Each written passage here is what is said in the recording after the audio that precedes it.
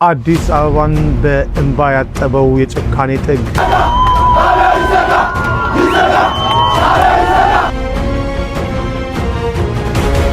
በሰላማዊ መንገድ ከቤቱ ሄደ በፓትሮል ጭነህ ወደ ፖሊስ ጣቢያ ከወሰድከው በኋላ በአራት ጥይት በሳስተህ መግደል የጉለሌው አሳዛኝ ግድያና የዲሽታ ጊናም የልብ ጩኸት። ሰላም ጤና ይስጥልን ቤተሰቦቻችን፣ በአዲስ ቪዲዮ ተመልሼ መጣሁ። በዚህ ቪዲዮ የምንመለከተው በአዲስ አበባ ብዙዎችን ያስቆጣና ደምን ባያራጨው የጭካኔ ጥግ አለ። ይሄን ነገር ግን ለየት የሚያደርገው የተፈጸመው በራሳቸው መንግስት አካላት መሆኑ ነው። እሱን የምንመለከት ነው የሚሆነው። እንደዚሁ ደግሞ ይሄን የጭካኔ ተግባር አስመልክቶ አዲስ አበባ ላይ ህዝብ እንግዲህ ተቃውሞን እያሰማ ይገኛል፣ ወደ አደባባይ እየወጣ ይገኛል። እሱን የምንመለከት ነው የሚሆነው። እንደዚሁ ደግሞ አርቲስት ታሪኩ ወይ ደግሞ ዲሽታ ጊና ማለት የምናውቀው ወንድማችን በዚህ ጉዳይ ላይ ሀሳቡን ሰጥቷል። እሱንም ማስመለከታችኋለሁ። ይሄን ቪዲዮ ላይክ እና ሼር ማድረጋችሁን፣ ኮሜንት ላይ የገባችሁ ፍትህ ለወንድማችን መጻፋችሁን እንዳትረሱ። ሰብስክራይብ ለምንድን ነው የማታደርጉት? አሁን ማሩ መጀመሪያ የምንመለከተው እንግዲህ አዲስ አበባ በተባለች ከተማ ገነት ለምትመስላችሁ አሁን ላይ ያለች ኢትዮጵያ ገነት ለምትመስላችሁ ሰዎች አዲስ አበባ በጭካኔ የተሞላች ከተማ እንደሆነች እንግዲህ ዛሬ ማስመለከታችሁ የሚሆነው አሁን ላይ ብዙዎችን ያስቆጣው፣ እንደዚሁ ደግሞ ህዝቡ አደባባይ ላይ ወጥቶ በአዲስ አበባ ከተማ አደባባይ ላይ ወጥቶ የማይታሰው ነገር አድርጎ ፍርሃቱን ሰብሮ አደባባይ ላይ ወጥቶ እንዲቃወም ያደረገው ተግባር ወይ ደግሞ ጭካኔ ጥግ አለ። ይህም ነገር እንግዲህ በፖሊስ አካላት የተፈጸመው በራሳቸው መንግስት አካላት የተፈጸመው። እስቲ ምንድን ነው የሆነ ነገር እንስማ። ከጀርባ የምትመለከቱት በግፍ የተገደለው ወጣት ተገኝ ባልቻው ደግሞ ኦሮሮ ይባላል። በሽሮ ሜዳ አካባቢ የሚኖር ወጣት ነው። በትናንትናው ዕለት እንግዲህ በማህበራዊ ሚዲያ ላይ በጣም ሲሰራጩ ከነበሩ ምስሎች መካከል አንደኛው የእሱ ቀብር ስነ ስርዓት ላይ የተካሄደ የነበረው ሰላማዊ ሰልፍ ነበረ። አካባቢ ነዋሪዎች ፍትህ እየጠየቁ የነበረበት ወቅት ነበር እንደምትመለከቱት ማለት ነው። ኦሮሮ እንግዲህ በነጠላ በመሸጥ ደግሞ ነጠላ በመስራት የሚተዳደር ወጣት ነበረ። ከአንድ የፖሊስ አባል ጋር በተፈጠረ አለመግባባት እንግዲህ ለእስር ቤት ውስጥ ለ5 ቀናት ያክል ይቆያል። ቤት ውስጥ ባለበት ሰዓት ነበር እንግዲህ አባቱ መሞቱ ደግሞ የአባቱ ህይወት ማለፉም እንደዚሁ የተነገረው። እንግዲህ ግድያው የደረሰው ደግሞ ግድያው የተፈጸመበት ከእስር ቤት ከወጣ በኋላ ነው። እንግዲህ ከእስር ቤት ከወጣ በኋላ ኖርማል ቀኑን ለማሳለፍ ከቤቱ ወጥቶ ሞተር ተራ ወደሚባል ቦታ ይሄዳል። ጥያቄ ትፈልጋለህ በማለት አንድ ፓትሮል ይመጣና ኦሮሮን ካለበት ቦታ ይዞት ወደ ጣቢያ ይዞት ይሄዳል ማለት ነው። የዚህን ሰዓት ነው እንግዲህ ግድያውን ፈጽሟል ተብሎ የተጠረጠረው ረዳት ሳጅን ማቴዎስ ተመቸው ጥይት በማውጣት ወር ደግሞ ላይ መሳሪያ ማውጣት ጥይት መጥቶ የገደለው ማለት ነው። አሁን ሳለ እንዳለው መረጃ ከሆነ የአዲስ አበባ ፖሊስ ይህንን ሳጅን በቁጥጥር ስር በመዋል ምርመራ መክፈቱና ይህ ድርጊት ሙሉ ፖሊሱን እንደማይወክል ኢሰብአዊ ድርጊት እንደሆነ አውግዟል። በጣም ነው የሚያሳዝነው እንደምትሰሙት ነው እና እንደምትመለከቱት እንግዲህ በዋና ከተማችን በመዲናው በአዲስ አበባ አንድ የህግ አካል ራሱን ፖሊስ ነኝ ብሎ የሚጠራ ለዛውም ኤክስፒሪየንስ አለው ተብሎ በአዲስ አበባ የተቀጠረ የህግ አካል እንግዲህ በዚህ መንገድ እንግዲህ አንድን ግለሰብ ከቤቱ ጠርተው ወስደውት ፖሊስ ደጃፍ ላይ በዚህ መንገድ ደብድበው በአራት ደብድበው ገሎት ነው እንግዲህ የጠፋው። በጣም ነው ልብ የሚነካው። አስቡት፣ ለእናት አስቡት ይሄን ነገር እስቲ በእናቱ ሆኖና ተመልከቱ። ይሄ ልጅ ታስሮ የተፈታው በቅርቡ እንደዚሁ ደግሞ እዛው እስር ቤት ሆኖ ነው የአባቱን ሀዘን የሰማው። እናትየው ደግሞ የእሱ ስራ አለባት፣ እንደዚሁ ደግሞ የአባትየው ሀዘን አለባት። እንደዚሁ ደግሞ አሁን ደግሞ ልጇንም የአባትየውን ሀዘን ሳትጨርስ ልጇንም በዚህ መንገድ ህዝብ ይጠብቃሉ የተባሉ አካላት በዚህ መንገድ ልጇንም ህይወት ነጥቀዋል። እንግዲህ በጣም ነው የሚያሳዝነው። ይህን ጉዳይ አስመልክቶ ደግሞ ይህን ነገር አስመልክቶ እንግዲህ ይሄ ጭካኔ ጥግ አስመልክቶ ብዙዎች አደባባይ ላይ ወጥተው ድምጻቸውን ሲያሰሙ ነበር ትናንትና ለእሱ ቀብር በወጡበት አጋጣሚ። እስቲ አንዳንዶቹ ላይ ስንሞክር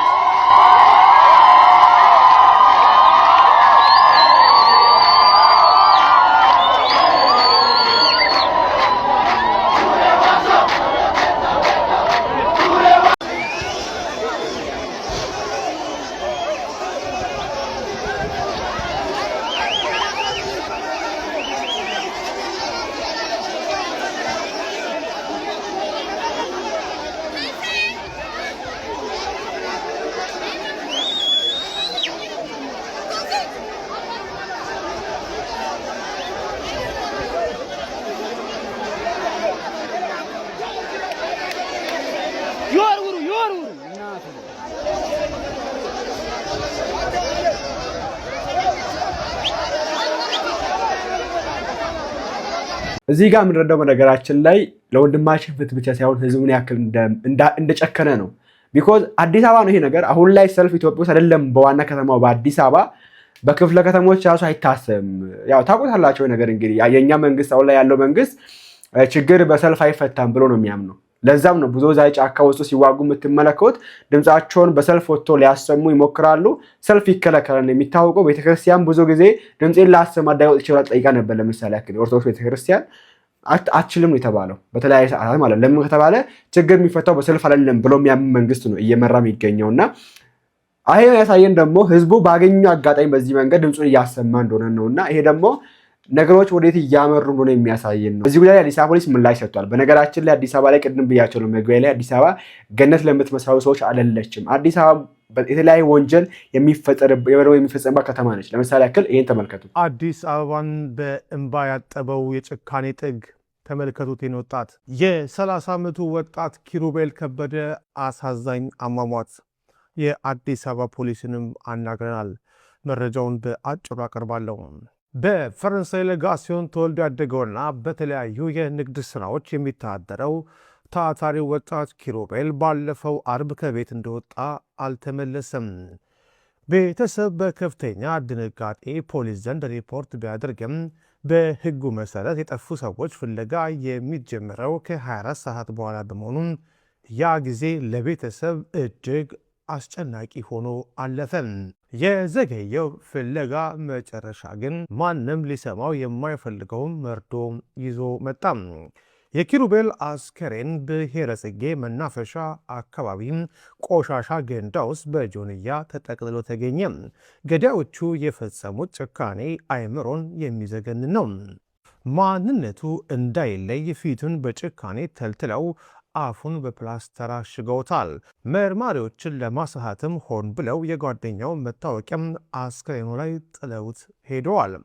በዚህ ሁሉ መሃል አእምሮን የሚፈትነው ትልቁ እንቆቅልሽ ደግሞ የኪሩቤል መኪና ምንም አይነት ጉዳት ሳይደርስበትና ሳይዘረፍ ሳሪስ አካባቢ በሰላም ቆሞ መገኘቱ ነው። ይህ ግድያ ከንብረት ዘረፋ የዘለለም ሌላ ምስጢር እንዳለውም የሚያሳየው ይሄ ነው። ዘሀበሻ ያነጋገራቸው የአዲስ አበባ ፖሊስ ከፍተኛ አማር በበኩላቸው ወንጀለኞቹ ለማሳሳት የጓደኛውን መታወቂያ ቢጥሉም ትክክለኛ ማንነቱን መለየት መቻሉንና የተጠረጠሩ ሰዎችን በቁጥጥር ስር አውለው ከፍተኛ ምርመራ እያደረገ መሆኑን ገልጸዋል። ምርመራውም ይቀጥላል ብሏል። የወጣቱ የቀብር ስነስርዓት በትናንትናው ዕለት በፈረንሳይ ጊዮርጊስ ቤተክርስቲያን እንደተፈጸመ ቤተሰብ ለዘሀበሻ ገልጿል። ተሰማችሁ ነው እንግዲህ ይሄ እንግዲህ በዋና ከተማችን በአዲስ አበባ በመዲናዋ በቅርቡ የተፈጸመ ነገር ነው። ትዝ ካላችሁም ከ1-2 ወር በፊት ህፃናት ይወሰዳሉ፣ ታርዶ ይገኛሉ በአዲስ አበባ ውስጥ እና አዲስ አበባ ራሱ እቺ ለኢትዮጵያ ሰላም መሆን እንደ ምሳሌ ነው የምትቀርበው። ከዚህ ብያችኋለሁ። አሁን የሚገኙ ባለስልጣናት ኢትዮጵያ ሰላም ናት ለማለት፣ ኢትዮጵያ ልማት አላት ማለት፣ ኢትዮጵያ በልጽጋለች ለማለት አንዱን ማሳያቸው አዲስ አበባ ነች። አዲስ አበባ ነው የሚጠቅሱት። አታዩም እንደ ልማት፣ አታዩም እንደ እንትን፣ አታዩም እንደ ህዝባችን ነው የሚሉት እና ኖ ወይ የሚለው ስንመለከት ኢቭን አዲስ አበባ ውስጥ ራሱ አይደለም እንደዛ ሌላ ቦታ አይደለም ክፍለ ሀገር፣ አዲስ አበባ ውስጥ ራሱ በምትመለከቱት መንገድ ሰላም የለምና ይሄን ነገር እንግዲህ መንግስት ትኩረት ይገባል ብዬ አስባለሁ። ልማት ምናምን የተባለ ከሰው አይኑን ዞር አድርጎ ሌላ ነገር ላይ ቁሳቁስ ላይ አይን ከሚደረግ ህዝብ ላይ ትኩረት ቢደረግ ኖሮ ፖሊስ በዚህ መንገድ ሰው ላይ ጨክኖ በጥይት ደብድቦ ሰው አይገልም ነበር፣ ወንጀል አይፈጽምም ነበር። ምንም ስለማይደረግ ነው ይሄን ያደረገው። እንግዲህ ሁለተኛ ደግሞ በዚህ መንገድ የማይታወቅ አካላትም ሰውን ወስደው አይደፉም ነበር በጭካኔ ማለት ነው። መንግስት ከሰው ላይ ወይ ደግሞ አሁን የሚገኘው አካል ከሰው ላይ አይኑን አንስቶ አይኑን ልማት ላይ አድርጓል ወይ ደግሞ ቁሳቁስ ላይ አድርጓል። ሰው ያን አጋጣሚ ይጠቀምና በዚህ በኩል ድሃ ነው የሚጎዳው። ለምን ያው የመንግስት አይን የሚገኘው ልማት ላይ ነው።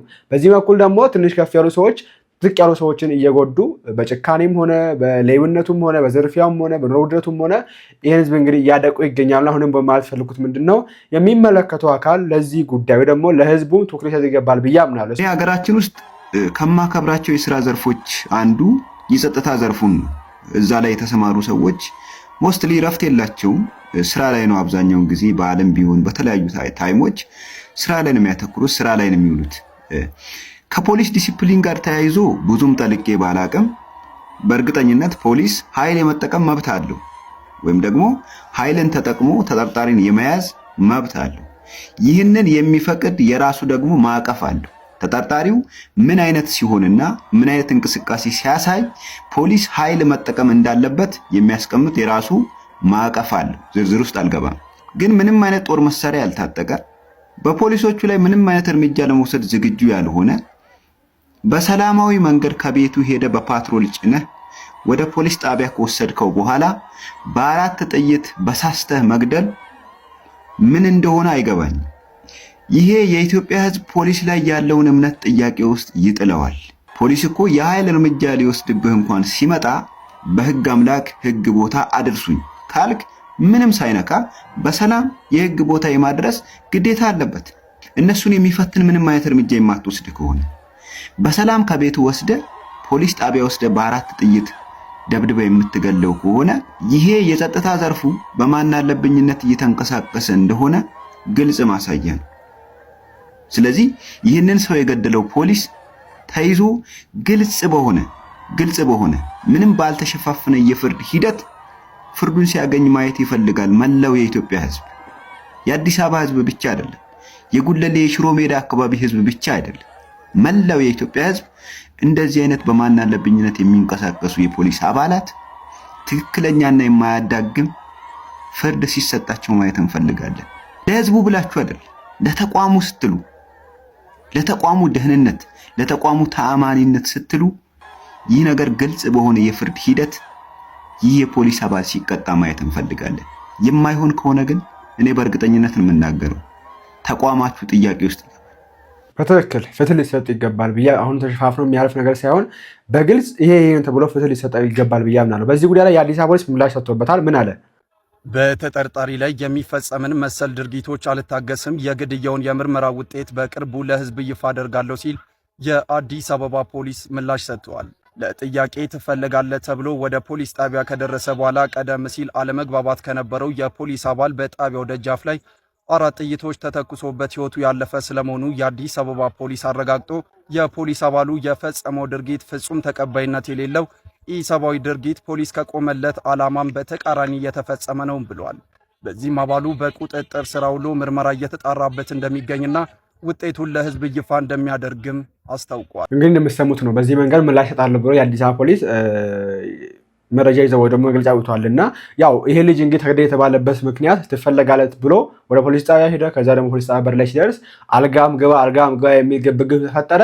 ያኛው መጀመሪያም ቂም ነበረበት መጥቶ እዛው ጋር በ4 ጥይት መጥቶ ደፍቶት አመለጠ የተባለው ዘንድ ተፈልጎ ነው የተገኘው ሰውየው ራሱና ግራ ነው የሚገባው እኮ በፖሊስ ጣቢያ በራፍ ላይ ሄዳችሁ አልጋም ስላልክ በጥይት በነገራችን ላይ ሁሉንም አይወክልም።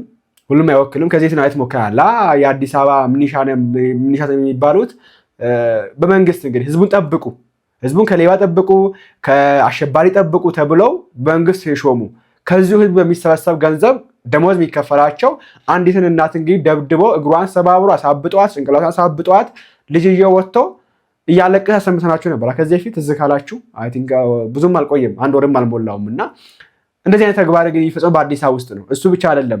እዚህ ጋር ቪዲዮን ካሳየው ዩቲዩብ ይዘጋብኝ ይችላል ቻናል ወይ ደግሞ ቪዲዮ ያጠፋብኝ ይችላል። እሱ ስለማንፈልግ ቴሌግራም ላይ አስቀምጥላችሁ ከፈለጋችሁ ቴሌግራም ላይ ኢኦቲ ሪአክተር ወይ ደግሞ እዚህ ጋር ያለው ጻፉና ገብታችሁ ታገኙታላችሁ ቪዲዮን። እና 4 ፖሊሶች ነው አንድን ግለሰብ እየረገጡት።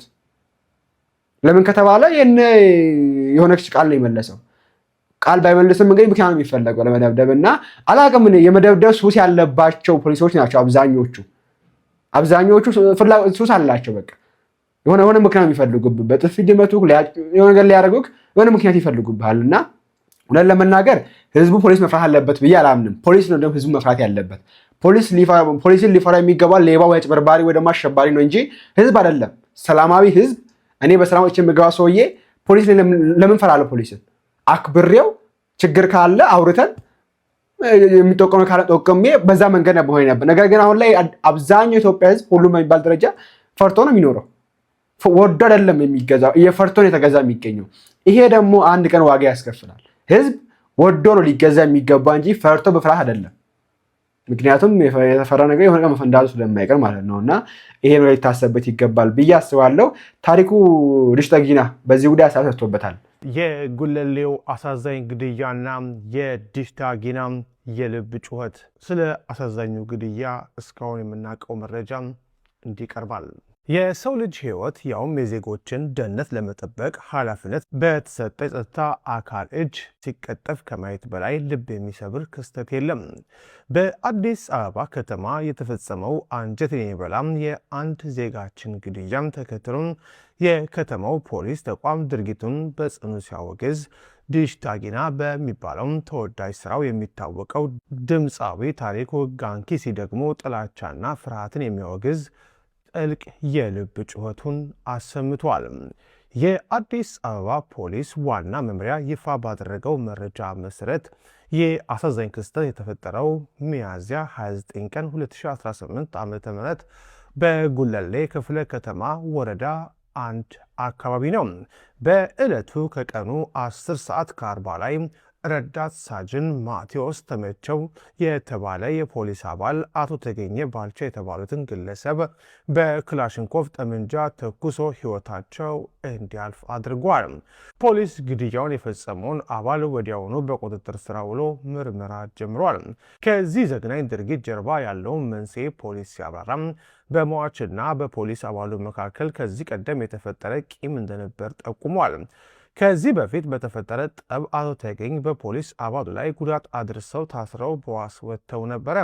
ይሁንና በዕለቱ ሟች በሌላ ወንጀል ተጠርጥረው በፖሊስ ተይዘው ወደ ጣቢያ ሲመጡ ከመኪና ወርደው ወደ ውስጥ አንገባም በማለታቸው በተፈጠረ ግብግብ ይህ አሳዛኝ ግድያ ሊፈጸም ችሏል። የአዲስ አበባ ፖሊስ ይህን ድርጊት ፍጹም ተቀባይነት የሌለው ኢሰብአዊ ድርጊት ሲል በጽኑ አውግዞታል። ምንም እንኳን ግለሰቡ ከፖሊስ አባላት ጋር ግርግር መፍጠራቸው ተገቢ ባይሆንም የፖሊስ አባሉ የወሰደው የጭካኔ እርምጃ የፖሊስን ዓላማ የሚጻረርና ተቋሙን የማይወክል መሆኑን አስረግጦ በመግለጽ ለሟች ቤተሰቦችና ወዳጅ ዘመዶች መጽናናትን ተመኝቷል። ይህ በእንዲህ እንዳለ ታዲያም የሀገሪቱን ወቅታዊ ሁኔታና የሰዎችን ሕይወት በከንቱ መጥፋት በቅርበት የሚታዘበው ተወዳጁ ድምፃዊ ታሪኩ ጋንኪሲ ወይም ዲሽታ ጊና ሐዘኑን ከመግለጽ ባለፈ ልብን ሰርስሮ የሚገባ የማንቂያ መልእክት አስተላልፏል።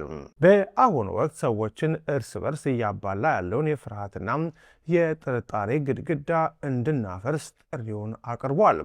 ጎረቤትህ ጠላት አይደለም፣ እሱም እንዳንተ በኑሮ ውድነት የሚቃጠል የሰላም ጥማት ያለው ወንድም ነው በማለት የጻፈው ታሪኩም ችግራችን የዘር ሳይሆን እርስ በርሳችን እንድንፋራ የሚያደርገን የፍርሃት ግድግዳ መሆኑን አስምሮበታል። አክሎም እኛ ስንተማመን ጭቆና በራሱ ይፈርሳል፣ እጅ ለእጅ እንያዝ፣ ያኔ ፍርሃት ቦታ አይኖረውም ብሏል።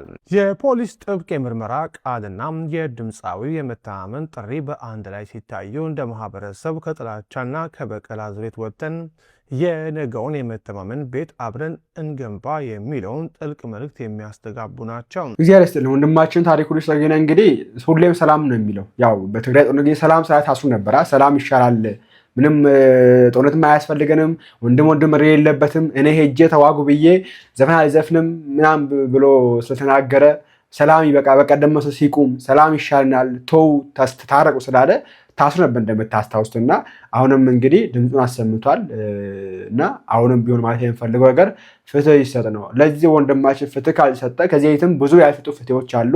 የተዳረበ ሲሄድ እንግዲህ መጨረሻውን እንግዲህ እግዚአብሔር አላቅም ግራ ይገባልና እናንተ በዚህ ጉዳይ ሳችሁ ኮመንት ላይ አስቀምጡ። ፍትህ ለወንድማችን ያላችሁ መጽሐፋችሁንም እንዳትረሱ።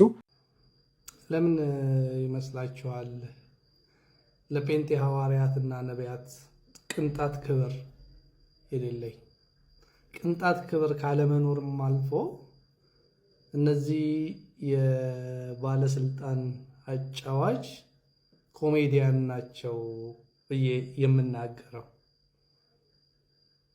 በመንግስት ዘንድ እንኳን ሞገስ እንዳይኖራቸው ክብራቸውን ለቢላሽ ገንዘብ ሲሰጡ ለድሃ አደጉ ለተጠቃው ዋቢ መሆን የማይችሉ ተራ ስለሆኑ ነው። ዶክትሪኑን ተውት። ሐዋርያ በአዲስ ኪዳን አለ የለም ምናምን የሚለው እሱ ሩቅ ነው። እሱ አይምሮ ላለው መሟጋት ለሚችል ነው።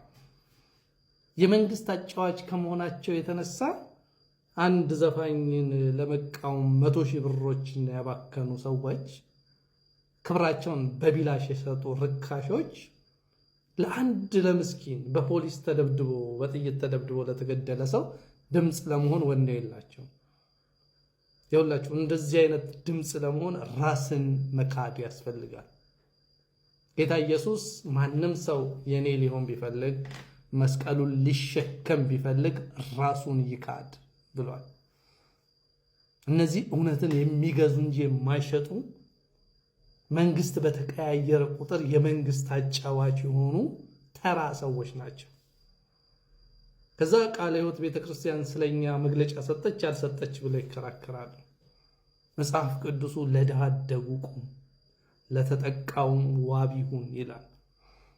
የሚገርማችሁ የአብይ ደጋፊ እንኳን ብትሆኑ የብልጽግና ደጋፊ እንኳን ብትሆኑ ክብር የሚኖራችሁ ሰውየው በተናገረ ቁጥር ስታስነጥሱ አይደለም። ዝለሉ ስትባሉ ምን ያህል እንዝለል፣ አሞግሱ ስትባሉ ስንትና ሞግስ ስትሉ አይደለም። ክብር የሚኖራችሁ የሰውየውን ችግር ነቅሳችሁ ብታሳዩት እንዲያስተካክል ብትረዱት ነበር። ግን ርካሾች ናችሁ እናንተ። ከአጫዋችነት ባለፈ ምንም በሕዝቡም ዘንድ በእግዚአብሔርም ዘንድ ሞገስ የሌላችሁ፣ እግዚአብሔር በልባችሁና በስጋችሁ ስላልተገረዛችሁ ወደ መቅደሴ አትግቡ ያላችሁ ተራ የቤቱ ስርዓት ጠባቂዎች ናችሁ። ታዲያ ይህንን እንትን ነው አይደል? ሰው እንኳን ሲሞት ሰው አትግደል ብሎ የማይናገር ካውንስል የኔ ካውንስል ብለው ውሰድ የምትለኝ ካውንስል ክብር አለው። እነዚህን ተሸክሞ ዳስጣል እርግማን ነው የዘፈን መንፈስ ምናምን ብላችሁ ትጸልያላችሁ አይደል? ህዝብ የሚጨርሰውን በጥላቻ የተሞላውን የመንግስትን ፖሊስ ባይዘው ይህን ልጅ በጥይት ደብድበው ገደሉት እንጂ ሁላችንንም ገለው ከጨረሱን በጥላቻ ረጅም ጊዜ ሆኗቸዋል። ሲያዩን ደማቸው ይፈላል። ወገኔ ራስህን ካልካድ በጌታ በኢየሱስ ክርስቶስ ብቻ ካላመንክ ለድሃ አደጉ ዋቢ ልትሆን አትችልም። ለተጠቃው መከታ መሆን አትችልም። ድምፅ ለሌላቸው ድምፅ ልትሆን አትችልም። አሁን መንግስትን የምጠይቀው ጥያቄ ምንድነው? ይህን ሰውዬ የገደሉት ፖሊሶች፣ የሱ ባልደረባዎች እና ፖሊስ ጣቢያው የተሐድሶ ኮንሰንትሬሽን ካምፕ ያስፈልጋቸዋል። የምታሰማሯቸው የህግ አስከባሪዎች ልክ የሌለው ጥላቻ የተሞሉ ናቸው። እንደዚህ ሆናችሁ አትቀጥሉ። ህዝብ ይመራዋል። የሆነ ሰዓት ላይ ጥላቻ ልክ አይደለም። ጥላቻ መርዝ ነው፣ ገዳይ ነው። እግዚአብሔር ለገዢዎቻችን ልብ ይስጥ። የአውሬውን ልብ አውጥቶ የሰው ልብ ይጠመላቸው። ኤንዌስ የዛሬዋችን ይሄ ምሳሌ እንግዲህ በዚህ ጉዳይ አዲስ መረጃ ካለ እኒታም ላይ ይዤላችሁ ቀርብ ነው የሚሆነው። ላይክ እና ሼር ማድረጋችሁን አትርሱ። አሁንም ቢሆን ፍትህ ለወንድማችን ማለት ፈልጋለሁ። እግዚአብሔር አምላካችን ሀገራችን ኢትዮጵያ ሰላም ያርግልን። ቸር ቆዩልኝ።